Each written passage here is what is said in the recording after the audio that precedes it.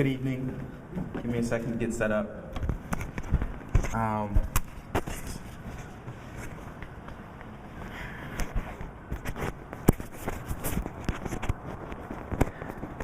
Can you hear me if I don't use the microphone? Yeah. Okay. I hate using microphones. I hate being behind podiums. I will try and speak slowly and clearly and loudly. I'm just going to be sharing some poetry with you guys. So this first poem was the first atheist poem that I ever wrote, ever performed. Been writing for about 25 years, been performing for 15, and by the time that I wrote this poem, I was already performing for about 8 years, so I was well known within the local poetry community. And I was DJing an open mic, a weekly open mic, so everybody knew me, but nobody knew that I was an atheist. Then I read The God Delusion, and in it tells you, if you're an atheist and your friends and family don't know it, come out. So this was the poem I did. It's called Flight of the Navigator. And it starts off based off of a real interaction that I had with someone on MySpace. Oh, you guys know what MySpace was? Okay, good. So, Flight of the Navigator. She asked of me how I could be G-O-O-D if I did not believe in He that is supposed to be my Lord and Savior. She asked what motivating force kept me from doing my darkest desires if I did not fear the retribution of an omniscient being. But I ask of you, my friends, how many atheists have been rocked by scandal where they were the vandal upon the body of an underage child, only to have their organization deny, hide, and defend these men from the retribution due them by the laws of the land? How many secularists practice hypocrisy, preaching the nobility of poverty from the pulpit while living richly off the donated dollars of their impoverished flock? How many skeptics have kicked out their Christian children for daring to question tradition? I mean, what war was ever waged in the name of humanism? How dare religion attempt to hold morality under lock and key when their leaders can't agree on what is moral? If they want to discuss religion and morality, then let's talk about the Crusades, the Inquisition, the implicit agreement to the slave trade. Let's discuss how missionaries have been footpaths for colonialism. Let's discuss Pope Pius XII's silent consent to the Nazi movement. Let's discuss religious men making martyrs of innocents using planes as manned missiles against the land of infidels. Let's discuss Pope Benedict XVI's proclamation that condoms promote the spread of AIDS in infected Africa. Let's discuss the papacy okaying the excommunication of Brazilian mother and doctors for performing an abortion on raped 9-year-old impregnated with twins by her stepfather, while religiously stepdaddy walks away scot-free. Let's discuss religious men. Let's discuss religious anti-abortion advocates advocating for the assassination of doctors for performing legal and at times necessary operations. Let's discuss religious anti-abortion advocates advocating for the elimination of social programs in a world where poverty and access to resources kills more kids than abortions ever could. Let's discuss religious anti-abortion advocates advocating for war and the death penalty. Let's discuss how religion keeps the masses on their asses, happy with the here and now, believing that their kingdom will come in the hereafter. Let's discuss how religion convinces people to support political parties who do not work in their own best interests. Let's discuss how religion makes second-class citizens of women. Everything that goes wrong in the Bible can be traced back to a woman from the Garden of Eden on down. So if they question my morality because I don't believe, I demand that they defend theirs based on the history of those who follow He that they most wish to be like. But they will demand of us to take the followers of faith on a case-by-case basis while practicing their prejudice towards atheists based on some preconceived notions of those who don't believe. I'll tell them to get to know us personally. Ask of me how I could be G-O-O-D if I do not believe in He that is supposed to be my Lord and Savior.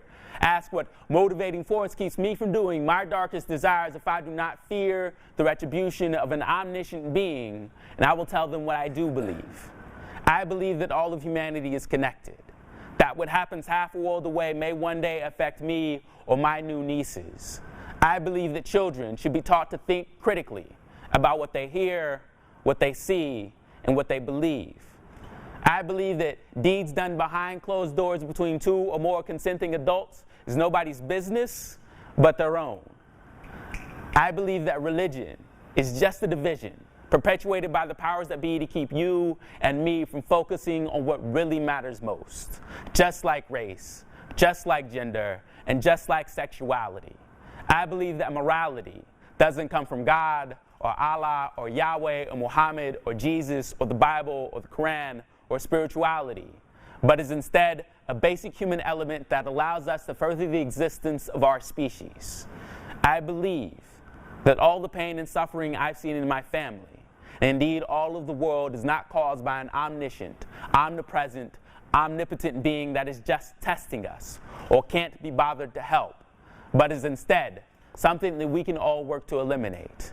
I believe that no God means the possibility of less suffering in the future.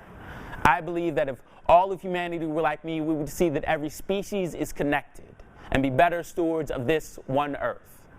So when Christians ask of me how I could be moral if I don't believe, I ask them to prove their morality because they do.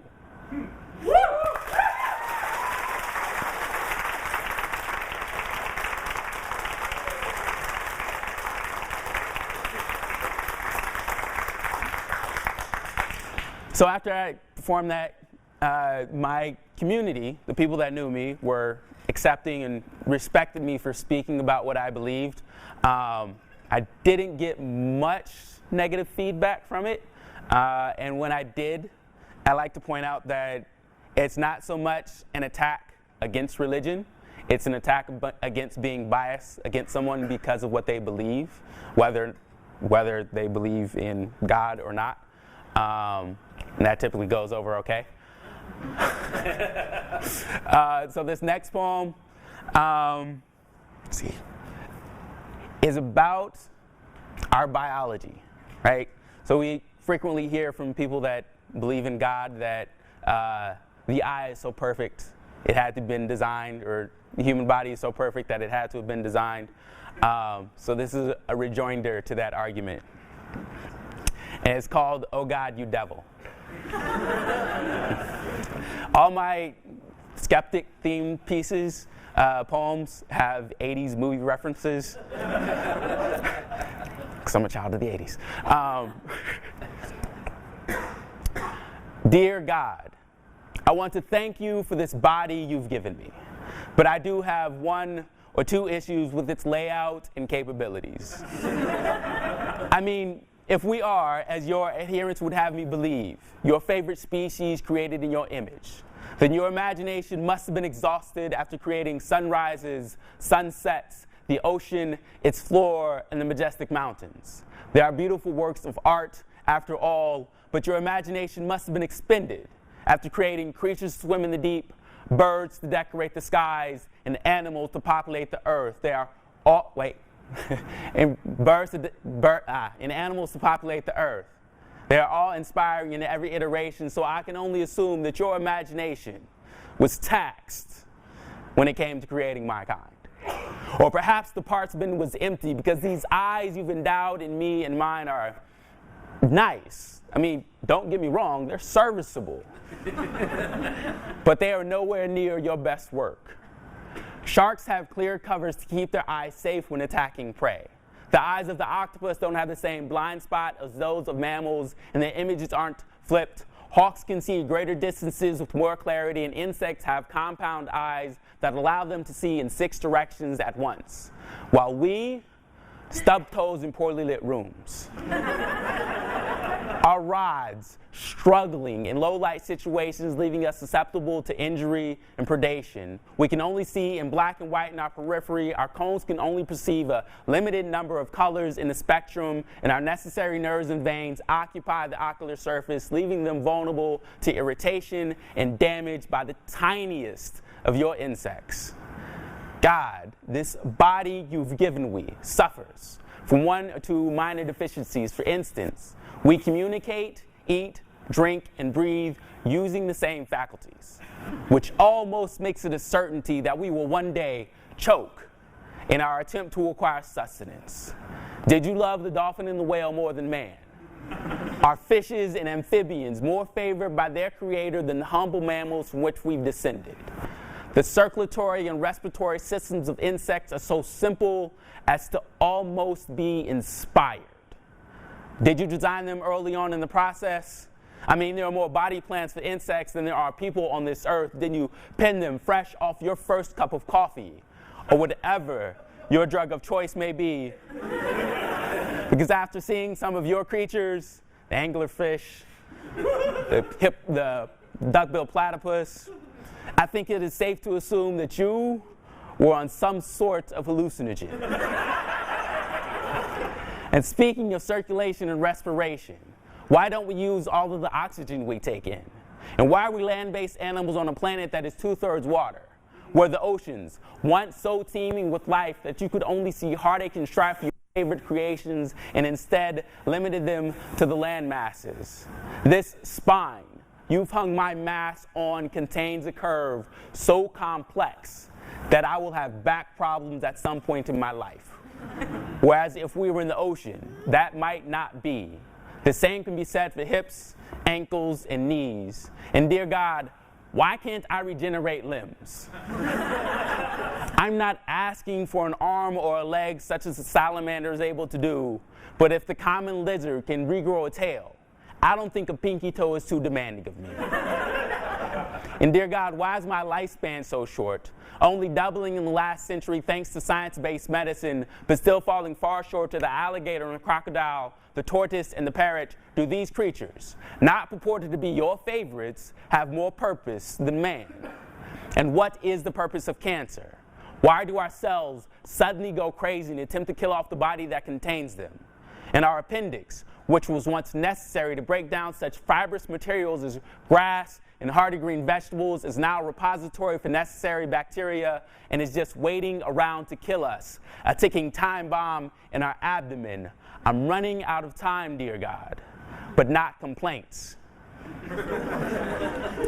However, I do have one or two more for you to address. My party center, centrally located, is in too close proximity, at times sharing the same facilities as my sewage center. Were there no city planners up there in heaven for you to consult? Were we given whatever body plan was left laying around?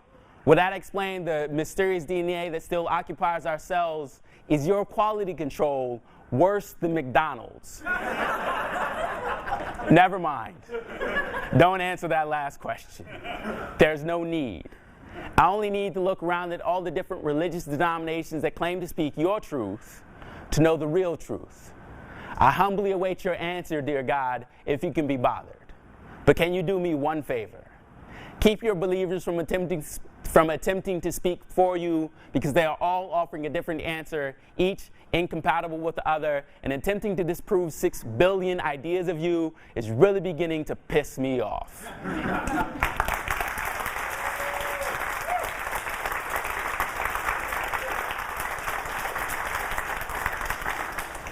So, since we're ahead of schedule, I'm going to take some of the extra time, and I'm going to do part 2 to that poem. So after I did that one, a believing friend of mine asked me what adjustments I think will be made to the human should be made to the human form for version 2.0. So let me find it for a second. So this is my response.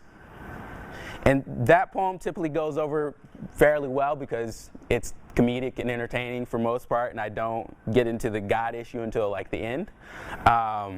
So they're along with me until the very end. They're like, wait a minute. All right, so this is Oh God, You Devil, part 2. Dear God, I want to thank you for this body you've given me, but I do have 1 or 2 issues with its layout and capabilities, so may I suggest some upgrades for version 2.0? My party center, centrally located, is in too close proximity, at times sharing the same facilities as my sewage center, so may I suggest you move our excrement exits to the soles of our feet? liquids out the left foot and solids out the right, still under voluntary muscle control so that I can keep my kicks so fresh and so clean. Give us wings like those of the sugar glider squirrel so that I will be able to see things from a new perspective.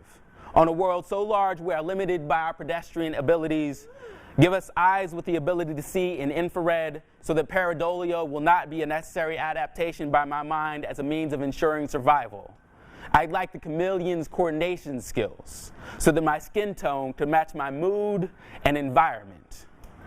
Gills to give us the ability to explore the 2/3 of our water that are currently contained in dihydrogen monoxide.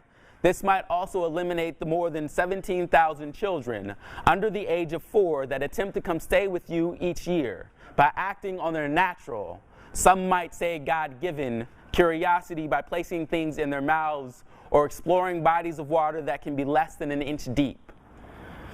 Give us a more efficient process for extracting oxygen from the air we breathe, or even a way for us to extract energy from the rays of the sun so that we will no longer need to eat the flesh of your beasts.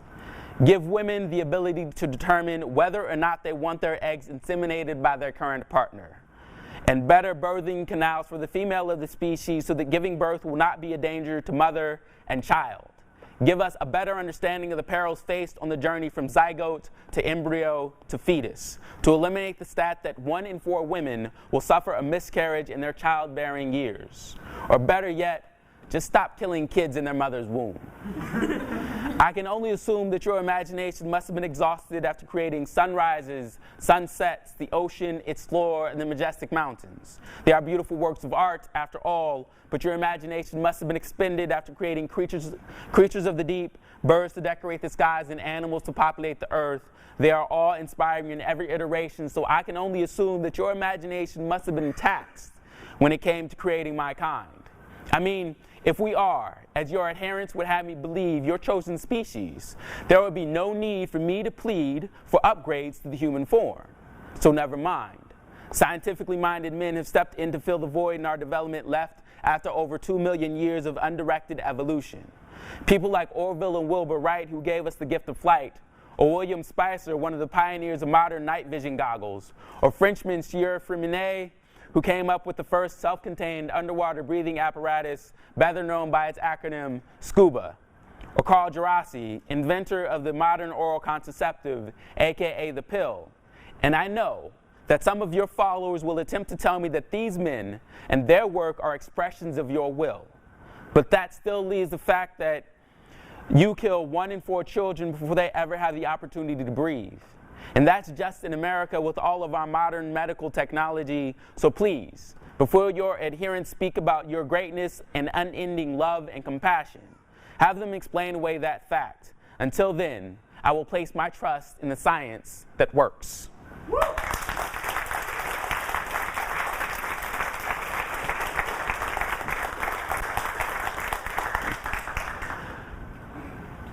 So, in case you hadn't noticed, I'm African American.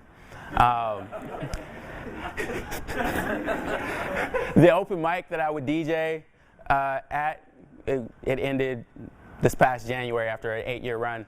Was frequented by mostly African Americans who also tend to be the most church-going population in America, particularly the women. Thankfully, I never participated in that. I was lucky enough to have an atheist mother and a father that didn't really care.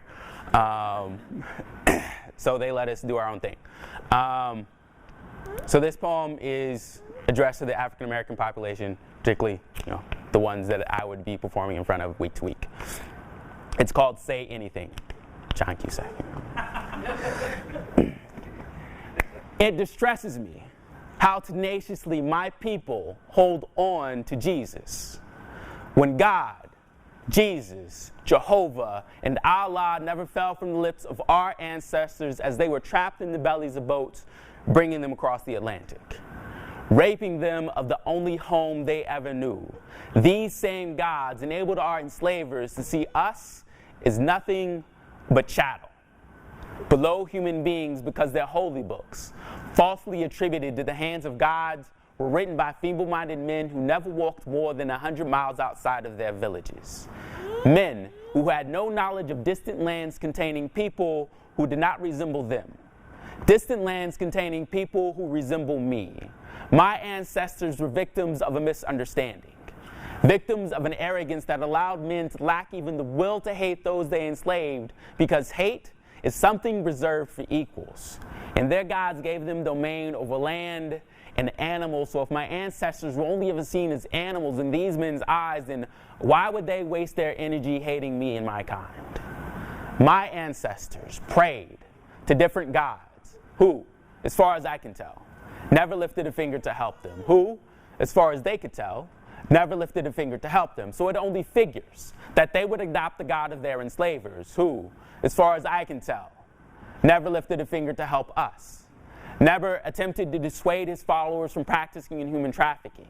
In fact, a careful reading of Leviticus chapter 25, verse 44 to 46 instructs the chosen ones to buy bondsmen and bondsmaids from neighboring nations. Tells them that the offspring of these purchased people should be passed down in perpetuity, but that they should not rule over their brethren in the same manner. Well-mannered men and cultured women would attend slave auctions on sunny Sunday afternoons fresh from church, because these were social events. Watching men, women, and children sold to the highest bidder. Bitter feelings formed deep in the bellies of black men and black women as they watched their families sold away, powerless to rebel, compelled by Sunday's sermon to honor their enslavers. Today's reading comes from the book of Colossians, chapter 3, verse 22, which tells you to honor those who are your earthly masters with singleness of heart, fearing the Lord. Whatever your task, work heartily. And I can hardly believe that we have shaken off the shackles of slavery and yet remain shackled so willingly to the religion of our former masters, accepting their assertions of an omniscient and an omnipotent being as they aim pistol and whip at our naked flesh, accepting their assertions of a loving and benevolent being as they accepting their assertions of a loving and benevolent being as they aim pistol and whip at our naked flesh, accepting their assertions of an omniscient and omnipotent being as they aim community and belonging at our raped, raw feelings of being, with us refusing, still, to confront the notion that a God who's supposed to be compassionate and caring allowed one culture to enslave another for economic gain.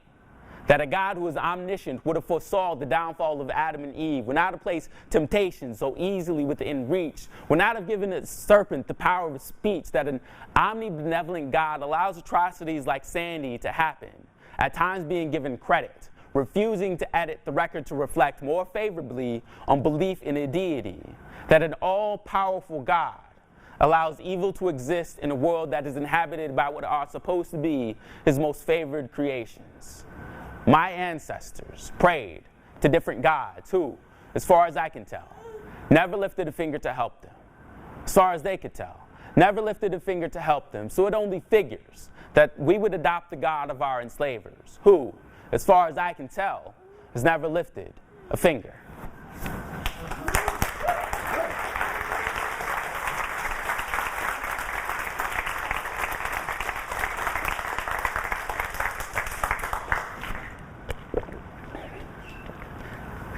All right,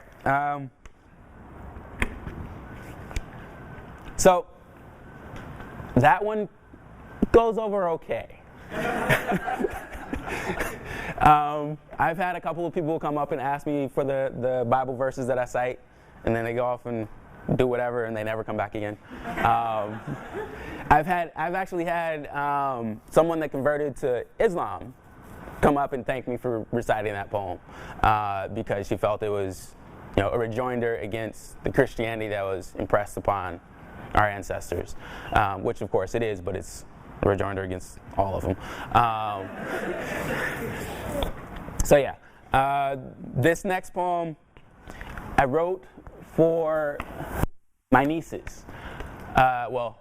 My niece at the time.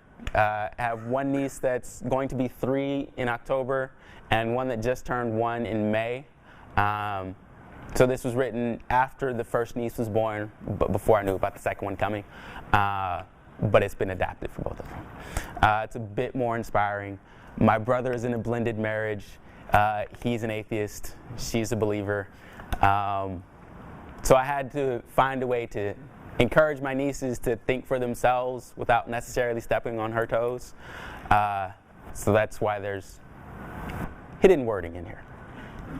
It's titled Graduation Gift.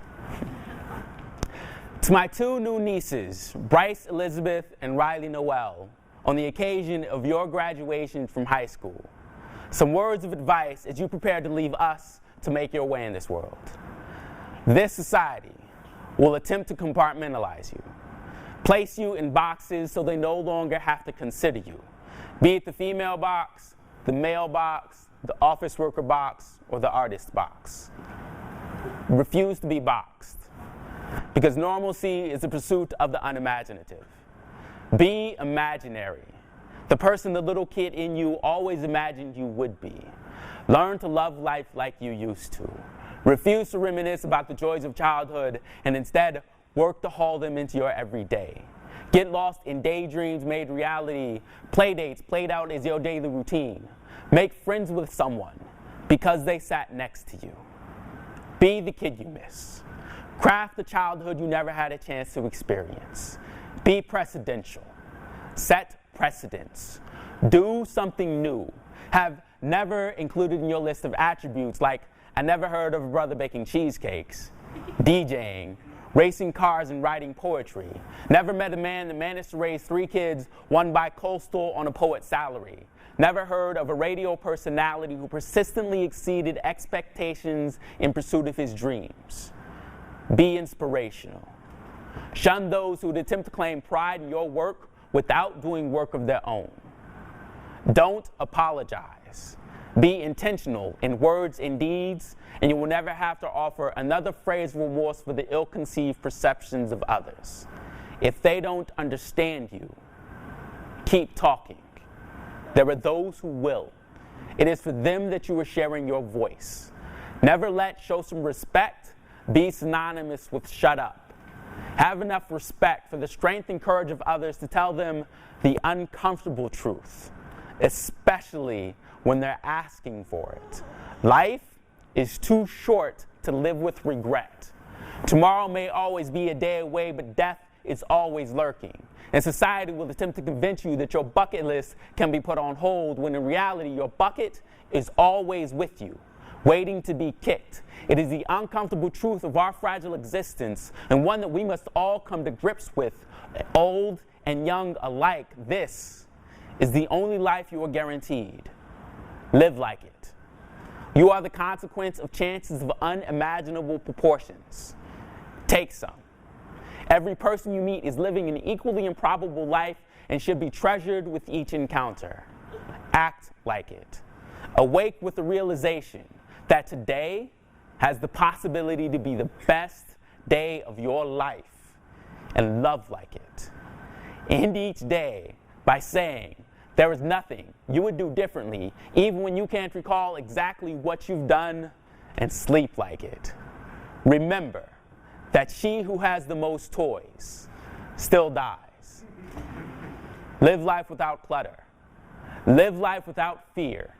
Live life without surplus, so that when death does finally find you, it will not find you wanting. Find eternity in memory. Turn legendary possibility into manifested reality, and never doubt that my love for you comes without condition. Woo!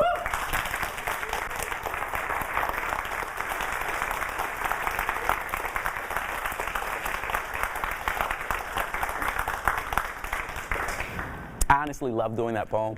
I think everybody needs to hear it, because I think too many people get stuck in jobs that they don't really care for, or lives that they don't really want, just because it pays the bills. You guys have a chance to figure out what you want to do. Take the time, do it, pursue your passion. Don't chase money, chase fun. So this is going to be my last poem, and then we'll have a brief question and answer period. This was a writing prompt. I normally don't.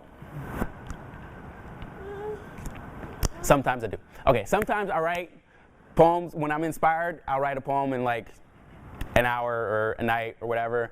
But most of the poems you guys have heard tonight are what I like to call research poems. Like, I went and did research about like the sugar glider squirrel and octopus eyes and things like that, because I have no degree in science. I just like it, so I have to read.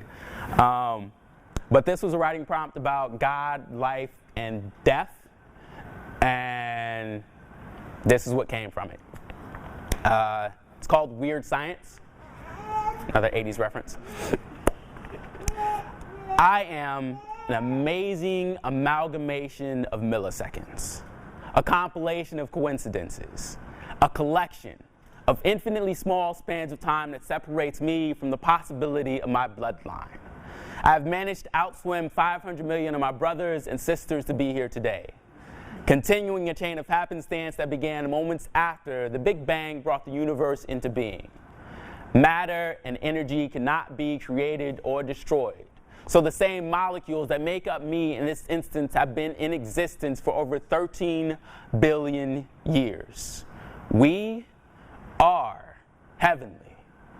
But there is no godly hand evident in the creation of man. I can instead trace evidence of my being into the cosmos. The same elements that make me unique have been sourced to create the universe. I mean, forget Jesus. Stars died.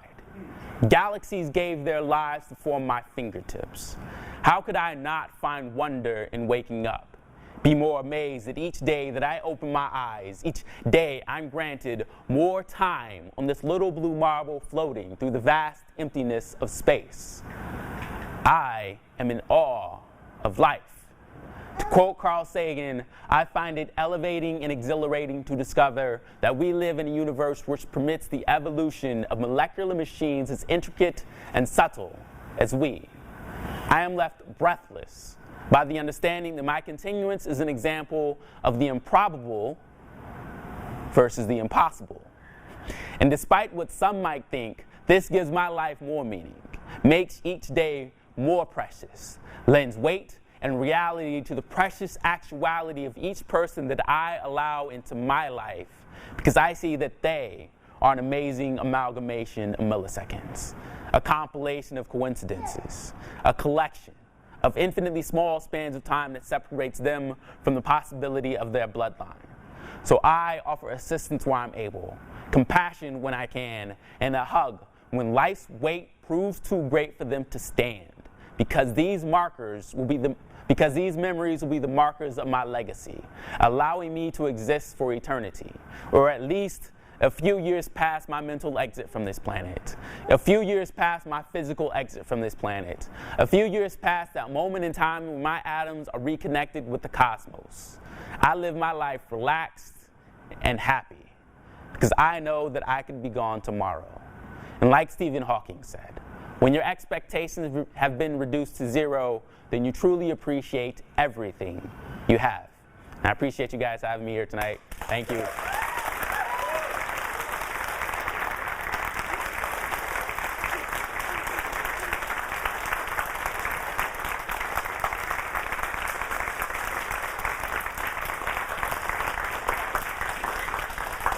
Any questions? Yes?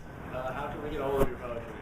I don't have anything to sell, but you can find my poetry at madartlab.com. If you do a search term for poetry, all my work will come up. All my secular work will come up.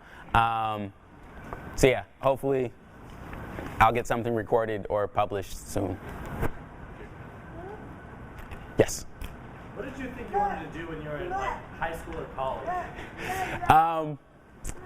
High school, I was going to be a drafter because I was taking drafting classes. And then after being a drafter, I was going to be an engineer because I liked mechanical engineering. And then I was going to be a teacher. And none of that worked.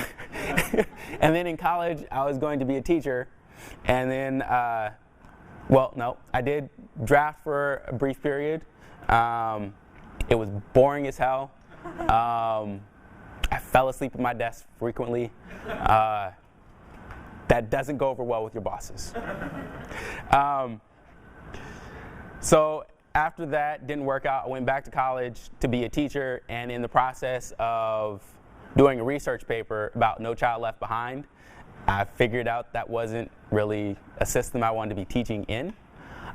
So right around that time, I'd started making cheesecakes for fun, and I decided to make a business out of it. Yeah. You might have already said this. What's on your shirt? I can't tell. It says tradition. Just because it's always been done that way doesn't mean it's not incredibly stupid. Have you ever thought of writing a book that includes all your poetry? I have thought of writing a book. Hopefully I'll assemble it soon. I already have like the listing and the title. Is just a matter of getting it formatted and getting it together. Yes. Have you ever made a vegan cheesecake? I have made a vegan cheesecake. Keith has had my vegan cheesecake. So yeah, it's possible. Yes, Dave. Your cheesecakes are mailed anywhere across the I don't mail the cheesecakes yet, but if you're ever in California, particularly the Bay Area, I'd be happy to bring one to you. What else do you write poetry about? What are multiple topics? I write about my family. I write about love, because most poets start off writing about love and they figure out what they really are inspired by and start writing about that. So yeah, I write about my family, I write about love. I write about social issues. I have one poem that's actually on Mad Art Lab about spanking. That's like completely against it. And I like performing that anytime I can as well. So yeah, you know, and I like writing about science because science is fun. Yes, Sarah. What's your happiest memory? My happiest memory? That's tough. Top 5.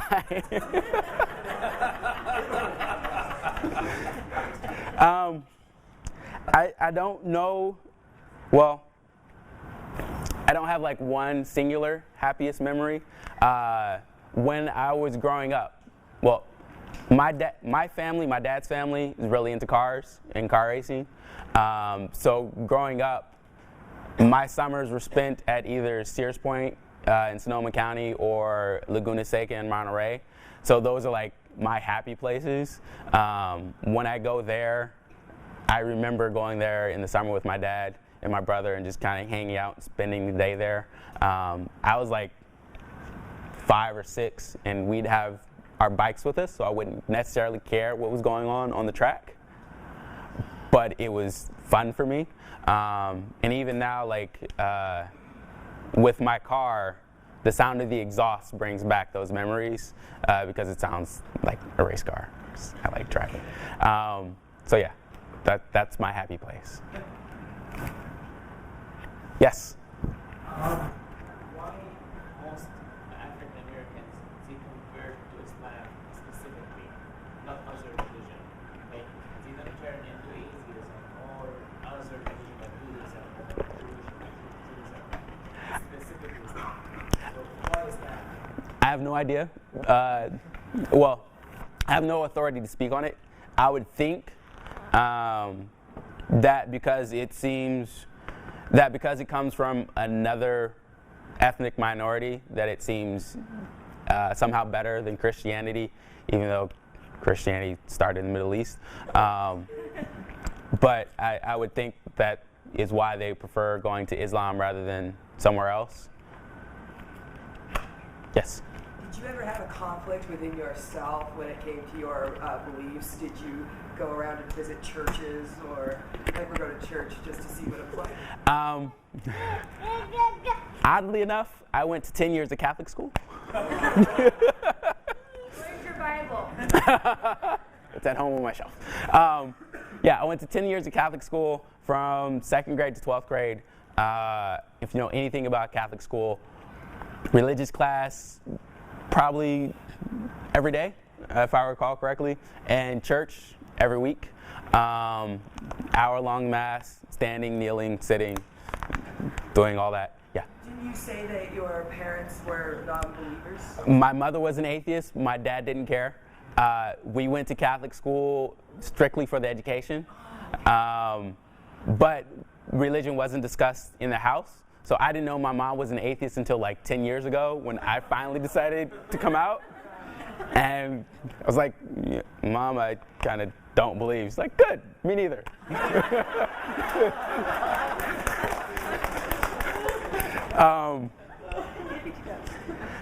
But in high school, by that time I'd been exposed to Catholic religion for 8 years by then, and most of my friends are Catholic, and they go to church every Sunday, and I had no idea what they were doing.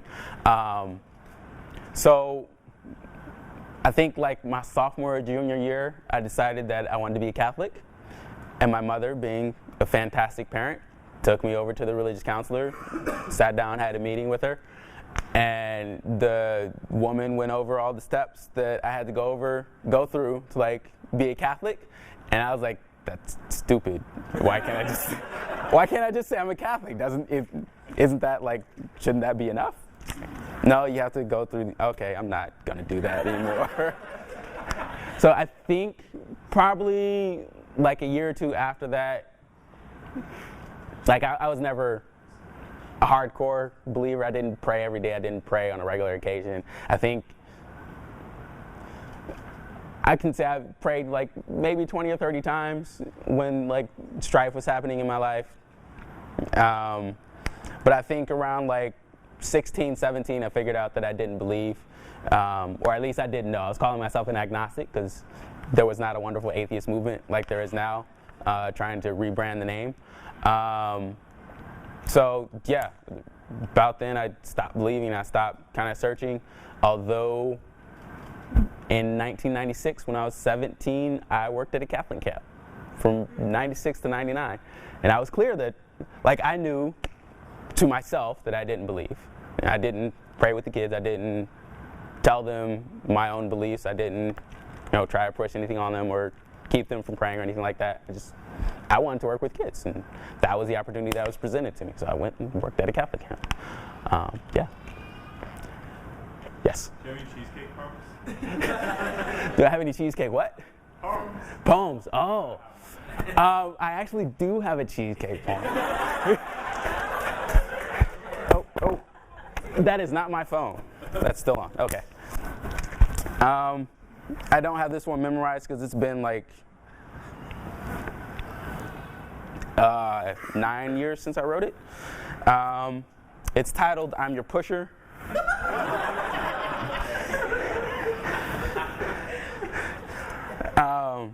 Okay. I slang cakes like Coke. Offering free taste to first-timers just aching to pop their cheesecake cherry. Knowing that with one bite, I'll have a customer for life. I convert the uninterested into fans. I don't even like cheesecake has been uttered in amazement so many times that I'm thinking of making it my tagline. I addict aficionados, apologizing with each delivery for fear of being cussed out again. I make cheesecakes from scratch. I embed emotions of happiness and bliss like water for chocolate, encouraging friends, family, and customers to follow their dreams and chase after stars. I was always into cars. Baking was only ever a hobby. If you had asked me at 8 what I wanted to be when I grow up, I still say race car driver.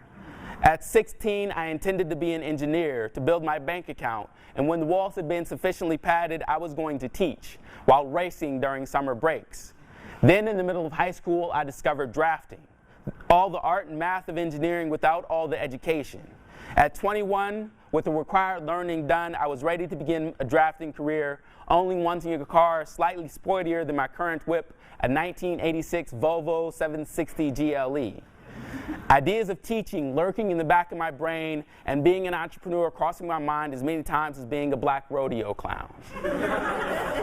At 23, after falling asleep one too many times in front of the computer, I was ready to return to junior college to better my grades so that I could transfer to a 4-year and begin my teaching career. But 2 years into that pursuit, George W. defiled my dreams with 4 little words: no child left behind. And I was left behind without a future and a budding interest in cheesecakes. Now here I am, about to graduate after much persistence and stubbornness, in a car that contributes to my joy daily, with over 40 flavors in my mental Rolodex. I'm ready to get this business moving. Now then, who wants some cheesecake?